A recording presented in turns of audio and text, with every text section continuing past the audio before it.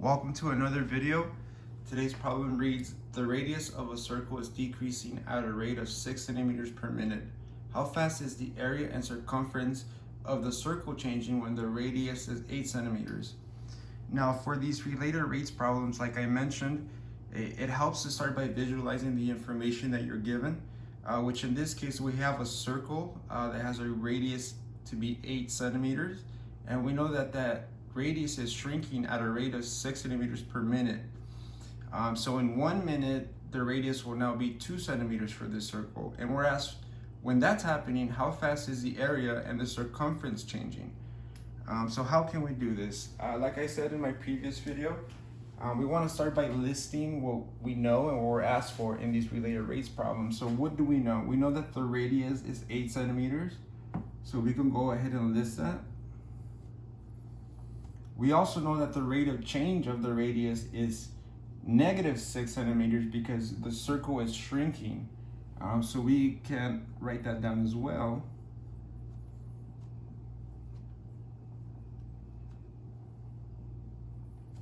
Okay, and so what are we asked for? We're asked for the rate of change of the area and the circumference in this case. So we're asked for dA over dt. And we don't know that yet, and we're asked for the rate of change of the circumference. Okay, so how can we do this? We're asked about the area of a circle here, and we know how to find the area of a circle at this point. We know that to be pi r squared, and we know that when we take the derivative of this, we know r, and we also know the rate of change of r. And that's going to help us figure out the rate of change of the area. So when we take the derivative, and remember it's in terms of time, it's implicit, so we have to tack on that dt. And pi is just a constant here, so we're going to go ahead and keep that. We'll take the derivative of r, and we'll get dr dt. Now, we know what r is, and we know what dr dt is. So if we go ahead and plug all that in, we can now solve for dA over dt is.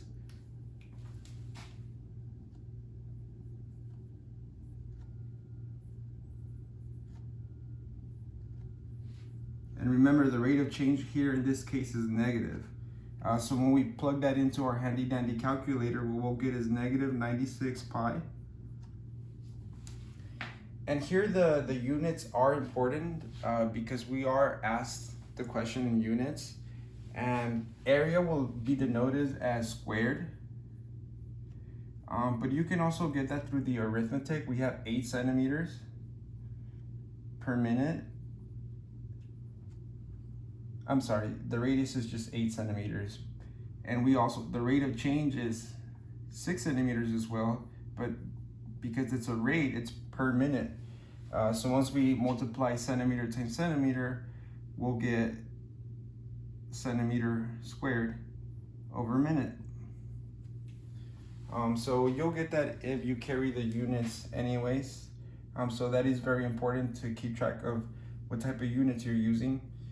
So next we have to find the circumference, and we know how to find the circumference of a circle. We know that it's 2 pi r. And if we take the derivative of this, we can also figure out what the rate of change of the circumference is, because we already have the radius and the rate of change of the radius. So what we can do is take the derivative, and remember it's implicit in terms of time, so we have to always tack on that dt, and 2 and pi are both constants here, so we'll just keep those. R is just 1, so that goes away, but we do have to tack on our best friend dt. And then that's pretty straightforward from there. We have the rate of change of the radius, and we can just plug that into our calculator. So what we'll get is 2 pi times negative 6. And that's going to be the rate of change of the circumference. And so what we'll get is negative 12 pi. And now, like before, we do have to keep track of the units. Here in this case, circumference is a length, area is not a length. Okay, so in this case, if we were to carry the units anyways, the rate of change is centimeters per minute. We don't really have anything else that we plugged in. In this case, we plugged in the radius, which was centimeters, and the rate of change, which was also centimeters, which gave us centimeters squared for the rate of change of the area. And that is very important to keep in mind, to not lose track of the units that you're using. And if you carry them, you won't lose them. So just keep that in mind. I hope this was helpful, and if you find this helpful, like I said, you can check out my page.